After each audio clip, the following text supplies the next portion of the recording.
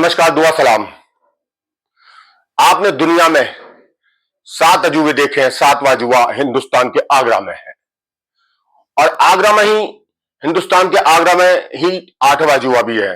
जी हां, उत्तर प्रदेश के आगरा में जो ज्ञानेश कुमार चुनाव आयोग है, चुनाव कमिश्नर है, चुनाव आयुक्त है, उनका घर है। उनके घर में 2 बेटियां हैं। एक बेटी नोएडा की डीएम है और एक बेटी इनकम टैक्स कमिश्नर है जम्मू कश्मीर में। और ऐसा घर जिनके दामाद भी डीएम है, एक डीएम सहारनपुर में और एक दामाद जम्मू कश्मीर में। और ऐसा घर जिनके जो है पिता ज्ञानेश कुमार यानी कि ससुर साहब का घर है, जहां चोर चोर के नारे लग रहे हैं, ज्ञानेश कुमार चोर, ज्ञानेश कुमार चोर, चुनाव आयुक्त चोर। जी हां, जिस प्रकार से देश के अंदर चुनाव आयोग ने जिस प्रकार से प्रेस कॉन्फ्रेंस करके कहा है कि वो जो महिलाओं की जो प्राइवेसी वीडियो नहीं दिखा सकते, उसके बाद जो सोशल मीडिया पे उनको बहुत ट्रोल किया जा रहा है। चुनाव आयोग ने कहीं ना कहीं चूना लगा रहा है देश के अंदर। चुनाव आयोग इतना बड़ा पद होता है कि वो देश का प्रधानमंत्री बनाता है और मुख्यमंत्री बनाता है, लेकिन ऐसा लग रहा है चुनाव आयोग की जो गरिमा है वो इस समय के चुनाव आयुक्त वो बहुत धूमिल कर रहे हैं, बहुत ही मतलब गिरा रहे हैं, इस पद की गरिमा को गिरा रहे हैं। जिस प्रकार से चुनाव आयोग कहीं ना कहीं जिस प्रकार से जो चीजों को तथ्यों को छिपा रहा है, जो इलेक्शन हुए हैं उसमें कहीं ना कहीं धांधली हुई है। जो देश का प्रधानमंत्री है, कहा जा रहा है कि वो चोरी के वोटों से देश का प्रधानमंत्री बना।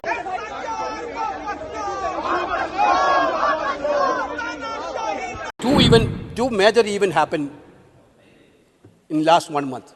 One is the inauguration of this parliament building. We are all expected, Honorable President and Honorable Vice President will be there. You are the custodian of this Rajya Sabha, sir. You are the chair.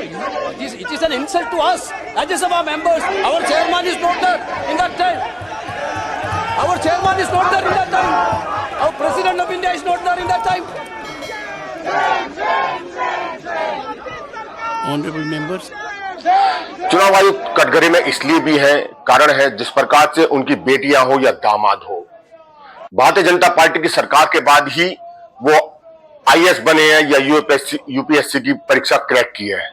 कहने का मतलब यह है जिस प्रकार से माहौल बन रहा है, चुनाव आयोग की अगर जांच होती है तो कहीं ऐसा ना हो उनका पूरा परिवार भी लपेट में आ जाए, उनकी बेटियां और दामाद भी। हो सकता है वो सही हो, अपनी जगह ईमानदारी से अपनी काबिलियत पे वो अपने इतने बड़े पद पर पहुंचे हो, लेकिन जिस प्रकार से चुनाव आयोग संदिग्ध लग रहा है, उस पे जो ईमानदारी पे कहीं ना कहीं प्रश्न चिन्ह लग रहा है चुनाव आयोग की जो कार्यशैली पर, तो उससे लगता है कि कहीं अगर जांच अगर होती है तो उनके परिवार की अगर जांच होती है तो सत्य का सत्ता सबके सामने आ सकता है। और ऐसा भी हो सकता है एक डूबे तो सबको लेके डूबे। चुनाव आयोग जिस प्रकार से ज्ञानेश कुमार गुप्ता जिस प्रकार से जो वास्तव में देश को नहीं बता रहे हैं कि वो वास्तव में चुनाव कराया कैसे, जो उन्होंने धांधली की है वोटों की, एसआईआर के नाम पर भी घोटाला किया है। देश का जो कैबिनेट मंत्री है निर्मला सीतारमण, उनके पति भी उजागर कर चुके हैं कि एनडीए सरकार जो बनी है उसमें बहुत सारी सीटें हैं घोटाले और घपले के साथ बनी है। अगर वास्तव में निष्पक्ष चुनाव होते, जो भाजपा और मोदी की सरकार होती, इस समय विपक्ष में बैठी होती और इंडिया गठबंधन की सरकार 300+ सीट लेके सत्ता में बैठी रहती और विपक्ष में 200+ सीटों में ये एनडीए यानी कि भाजपा और मोदी के जो सिस्टम है वो सिमट जाता।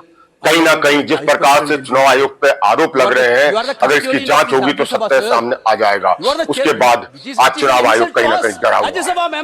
आपने देखा होगा उपराष्ट्रपति जगदीश धनखड़ जी पूरी तरीके से भाजपा मोदी साथ की बैटिंग कर रहे थे, उनकी तरफदारी कर रहे थे, संविधान को बिल्कुल भी नहीं मान रहे थे, एक तरफ भक्ताई में लगे हुए थे। जगदीश धनखड़ जो उपराष्ट्रपति थे पूरी तरीके मोदी और शाह को बचाने के, भाजपा को बचाने में लगे हुए थे, इनके कृत्य को बचाने में लगे हुए थे।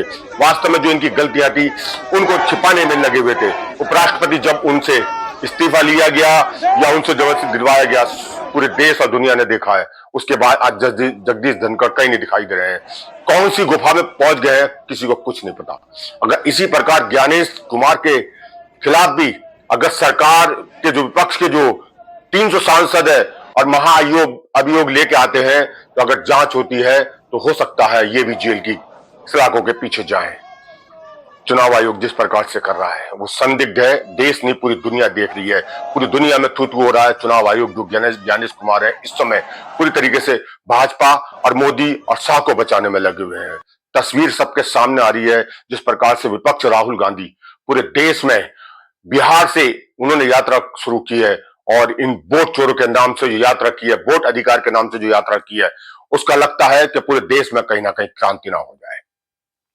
जिस प्रकार से आपने देखा कि देश की जनता जो है एक डॉग के लिए, डॉग लवर, पूरे सुप्रीम कोर्ट का एक आदेश आया कि डॉग जो आवारा कुत्ते हैं उनको शेल्टर हाउस में डाला जाएगा। जो डॉग लवर है वो पूरे सड़कों पर आ गए। अभी आपने देखा कि भूनी जो टोल प्लाजा है वहां पर एक सैनिक को बेरहमी से पीटा गया। उसके बाद जनता जो है उसमें आक्रोश हुआ और उस टोल को उखाड़ फेंका। लेकिन जिस प्रकार से माहौल बन रहा है, बिहार में राहुल गांधी लगे हुए हैं, पूरी तरीके से ऐसा ना हो कि जिस प्रकार से इस समय जो भारतीय जनता पार्टी पूरी गुंडाई कर रही है, चुनाव आयोग गुंडाई कर रहा है, ऐसा ना हो कि देश में क्रांति हो जाए और भारतीय जनता पार्टी चुनाव आयोग की सीट जो है उखाड़ के फेंक दी जाए। ऐसा माहौल लगता है कि अब जो है मोदी के गृह वैसे ठीक नहीं चल रहे। जिस प्रकार से देखा आरएसएस मोहन भागवत के साथ उनके संबंध मधुर नहीं चल रहे। कहीं ना कहीं आरएसएस समझ रही है कि आरएसएस की जो छवि है वो मोदी ने के आने के बाद आरएसएस की छवि बहुत खराब हुई है। जिस प्रकार से सोशल मीडिया में भी आरएसएस का एक पत्र जो है सोशल मीडिया में घूम रहा है, उसमें कहा गया है कि कुछ तथाकथित लोगों के साथ जो है प्रधानमंत्री जो मुख्य जो सीट है वो कहीं ना कहीं उनके चक्र में है, जयचंदो के साथ जो है सिस्टम बनाया हुआ है। इलेक्शन कमीशन की अगर पोल खुलती है तो सरकार भी जाएगी और उनके परिवार के लोग भी जाएंगे। इसलिए हम मांग करते हैं इलेक्शन कमीशन तो कुछ नहीं करवाएगा। चीफ जस्टिस ऑफ इंडिया से उम्मीद है कि कहीं ना स्वतः संज्ञान लेकर ये जो इतना बड़ा जो देश में बहुत सारे मामलों में देखा, सुप्रीम कोर्ट जो न्यायालय स्वतः ही बहुत सारे मामले में संज्ञान ले लेता। इतना बड़ा कहीं ना कहीं आरोप लग रहे हैं, इसमें भी चीफ जस्टिस ऑफ इंडिया को कहीं ना कहीं संज्ञान लेकर एक ऐसी व्यवस्था करनी चाहिए जो एक नजीर बने। जिस प्रकार से ईवीएम को लेकर भी बहुत बड़ा घोटाले की बात चलती है। अगर सुप्रीम कोर्ट, माननीय सुप्रीम कोर्ट से हम निवेदन करते हैं इस चैनल के माध्यम से कि इस अगर देश की व्यवस्था को बचाना है तो पुनः बैलेट से वोटिंग कराएं और ये इस पूरे जो इलेक्शन कमीशन है, जो ज्ञानेश कुमार गुप्ता की जांच होनी चाहिए और मोदी सरकार की भी जांच होनी चाहिए। हम इलेक्शन कमीशन से तो उम्मीद नहीं रखते, लेकिन देश की न्यायिक व्यवस्था से बड़ी उम्मीद करते हैं।